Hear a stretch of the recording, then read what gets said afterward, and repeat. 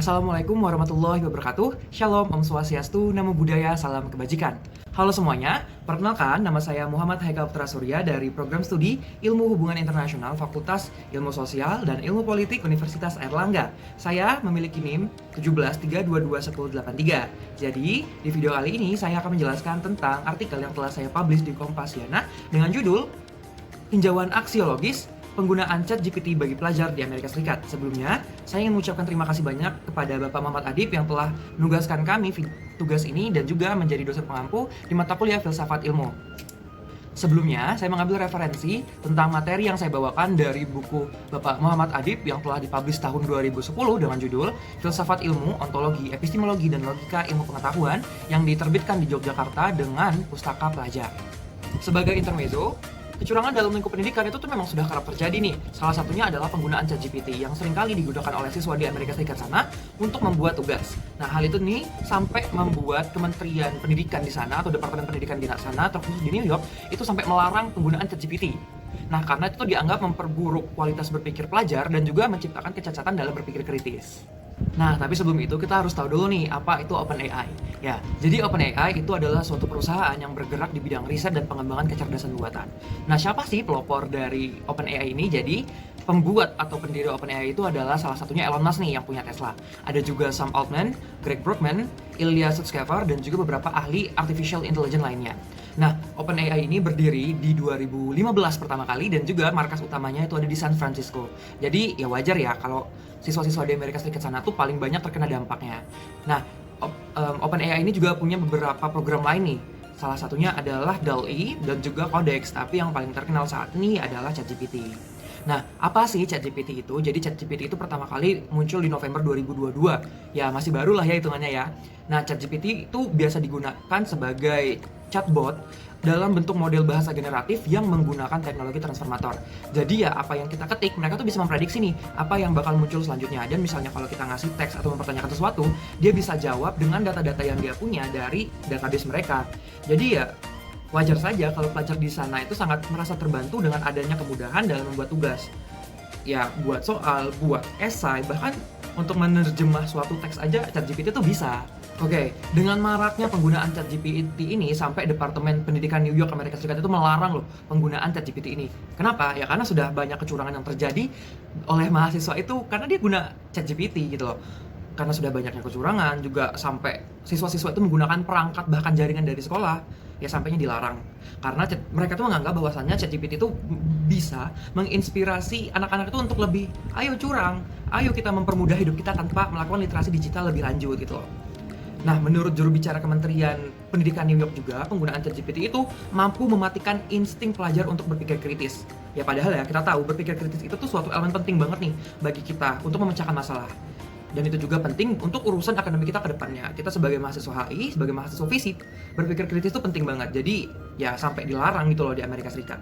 Bahkan nih sampai sekolah-sekolah di Amerika dan Australia juga nih bahkan itu sampai melarang para siswanya itu untuk bawa HP loh ke sekolah. Kenapa? Ya karena untuk menghindari penggunaannya ChatGPT atau penggunaannya artificial intelligence untuk kerjain soal. Bahkan ya teman-teman, di ujian sana nanti mereka waktu ujian itu yang tadinya udah pakai guna laptop segala macam, mereka balik lagi loh sit in ngerjain soal karena untuk mengurangi penggunaan ChatGPT. Ya metode pengambilan nilai ini tuh sebenarnya juga kena dampaknya di dunia akhir. Kayak kita ujiannya sit in lagi sekarang, dimana tahun-tahun kemarin ya kita cukup ketik-ketik aja, tapi sekarang kita harus nulis ya untuk mengurangi penggunaannya artificial intelligence. Nah, tapi ada juga nih yang berpendapat bahwasanya sekolah nih seharusnya berlomba-lomba loh menggunakan ChatGPT. Kenapa harus berlomba-lomba? Ya karena sebenarnya ChatGPT itu bisa dikembangkan lebih lanjut supaya penggunaannya itu lebih maksimal dan juga bermanfaat baik loh bagi masyarakat dan juga terkhusus ke anak-anak peserta didiknya. Sebenarnya fenomena yang terjadi di Amerika Serikat ini bisa loh kita lihat dari kacamata filsafat ilmu. Salah satu cabang utama yang paling jelas nih, yang paling mudah kalau kita mau melihatnya adalah menggunakan sudut pandang aksiologis. Aksiologis adalah salah satu cabang filsafat ilmu yang mempertimbangkan hakikat nilai dan benda-benda apa saja yang memiliki nilai. Aksiologi ini mempelajari tentang nilai-nilai dan prinsip-prinsip kehidupan dari sisi filsafat ilmu. Aksiologis mempelajari tentang bagaimana dan mempertanyakan bagaimana manusia itu bertindak. Aksiologis juga membahas masalah-masalah moral, perilaku, norma, dan adat istiadat yang berlaku nih di masyarakat. Aksiologis juga merupakan bagian dari kajian filsafat ilmu yang saling berkaitan dengan apa? Dengan ontologi, epistemologi, dan juga logika. Aksiologi ini biasanya digunain di bidang pendidikan, ilmu pengetahuan, agama, dan juga kehidupan sehari-hari. Lalu ada yang nanya nih, apa terus korelasinya antara aksiologi dan juga dengan penggunaan ChatGPT di Amerika Serikat?